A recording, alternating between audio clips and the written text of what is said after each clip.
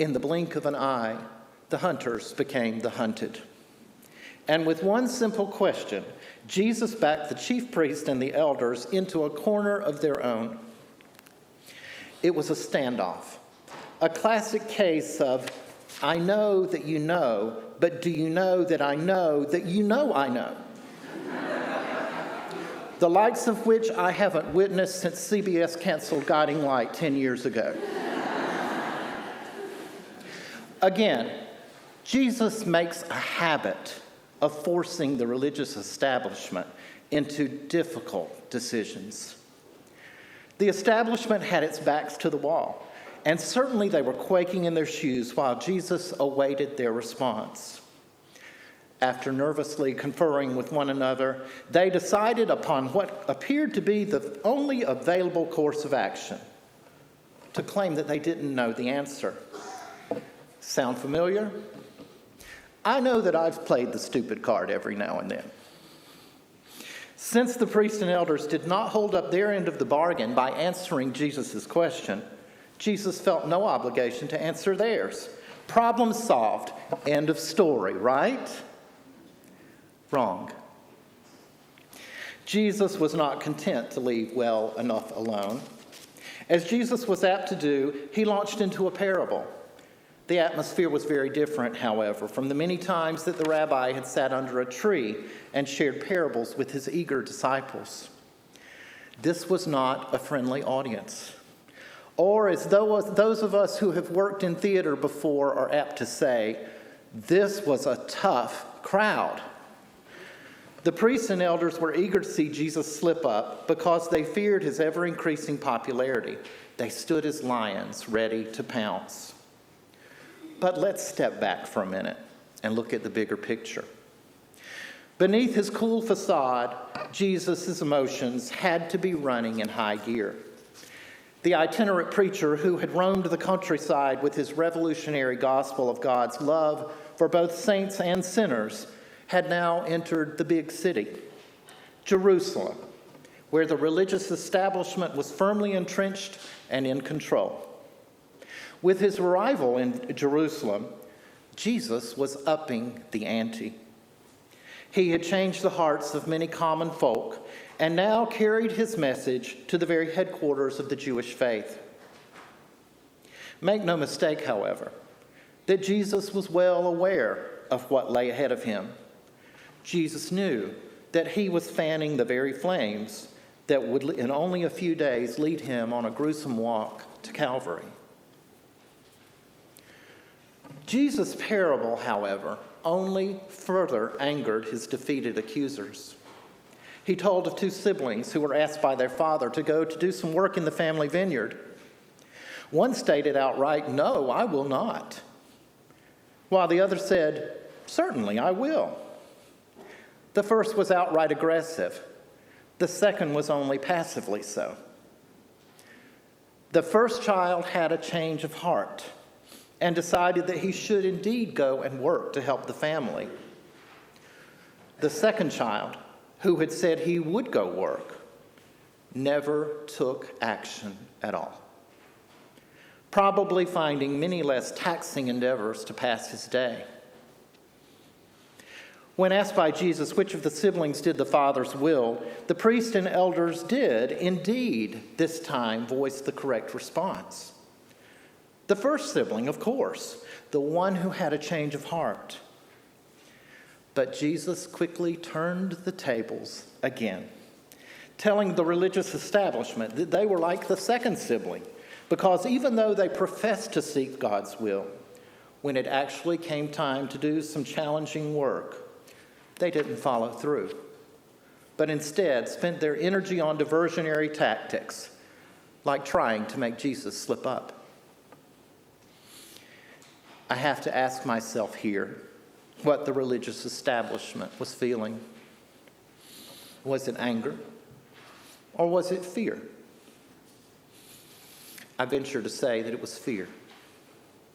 I would even venture to say that it was the fear of the status quo being no more. It was the fear that the old answers would not work anymore. because Jesus, the very presence of God in human form, had shaken the foundation of the religious establishment to its very core. It was a new day in the religious life of the Jewish people, and the religious establishment had some hard work to do. You see, the establishment was stuck in a way of doing things that simply was not working. The Bible is full of stories of those who were outside of the establishment, who had taken Jesus' lead and done the hard work of heart changing. But the establishment sat paralyzed, knowing a new day had come, but not knowing how to deal with it. Sound familiar? Let me share that it certainly is familiar to me. In the late 1980s, I accepted a position at a church right outside of Washington, D.C. A church that had once sat in the middle of an all-white, affluent suburban neighborhood of Washington, D.C. The demographic of the church still reflected that neighborhood. It was as lily white as I am. Over the years, however, the demographic of the community had changed, and the church had come to realize that its only hope of survival was to more closely match the demographic of the neighborhood surrounding it, which by then was less than 20% Caucasian. The other ministers and I held the hands of the congregation as we watched large numbers of members succumb to white flight, moving further into the suburbs where their neighbors looked more like them. We did studies of how to reach out to those around us. We even considered relocating the church if that was what the congregation was wanting to do. Not an ideal solution, but one that at least guaranteed the survival of the congregation. Fear was rampant all around us. And the church did what many churches have elected to do throughout history. The church did nothing. I was one of 3 staff ministers who tried to hide our devastation when we received pink slips because the church could no longer afford to pay us. The senior pastor also had a deer in the headlights kind of look as he realized that everything was getting ready to fall on him. A few years later, we returned for the official closing of the church. Amid the joy of seeing old friends was a gnawing realization. If only we had not been so fearful. The church had been paralyzed. They had continued their same religious observances while the world outside their walls slowly changed. And when survival itself necessitated change, we had become too frightened to really know what to do. So let's take Jesus' parable about hard work in the vineyard and do some hard work ourselves. Who are you in this parable? Are you the sibling who makes a promise and does not keep it? Are you the sibling who says no, but has a change of heart? Are you the parent, desperately needing your children to help in supporting the family? You may quite possibly identify with any or all of these characters. This is one of the wonderful things about parables. The story takes on new meanings and nuances as you realize that perhaps you have been each of the characters at different points in your life. But let's jump back a few verses to the standoff between Jesus and the priests and elders. Jesus had reached a point in his career where he was emotionally torn between 2 groups of people. Those on the margins of society, the tax collectors, the prostitutes, the poor. And on the other side, the temple leadership, the establishment. Which of those 2 groups do you see yourself as a part of? While many of us have quite possibly gone through times in our lives when we have felt separated from God and the church, by virtue of the fact that you are here, on a beautiful fall morning when there are certainly many other places that you could be, it's quite possible that you may be a part of the religious establishment. How does that make you feel? I have mixed feelings, to be sure. For as long as I can remember, church has felt like home to me. I was the baby Jesus in the nativity scene in 1962. It was at church that my gifts were affirmed and put into service. It was a church that I always had a group of friends who accepted me. And I was loved, and they always loved me, whether I really deserved it or not. Would you believe that my friends from my church when I was a child and teenager are still my closest friends? I know that if anything ever happened to me, that Leslie and Judy and Allison would be at my side in no time flat. No organization has brought me the joy and the love that I've received from the church. And I certainly know that for better or for worse, I'm a part of the establishment. But when I hear statistics of how side of these walls feel about the church, I'm not so proud to be a part of the establishment. Did you know that only 2 of 10 Americans under the age of 30 believe that attending church is important or worthwhile? That's an all-time low, by the way. Did you also know that 59% of millennials raised in the church no longer attend, and that 35% even believe that the church does more harm than good? These statistics make me wonder if I am not doing as good of a job as those who nurtured me in the church. We glibly say, oh, the culture has changed. But that does not change the fact that people still need to know that God loves them and is with them. And we, as those who claim the name of Christ, are here to serve our fellow children of God. And so I come back to my opening thesis. Jesus makes a habit of forcing the religious establishment, me, and maybe you, into difficult decisions. Through the centuries, Jesus has abstained from spoon-feeding answers to the church on the burning questions of the times. Instead, just as in the scripture today, Jesus has challenged us by asking additional questions, forcing us to do the hard work of discovering the answers for ourselves.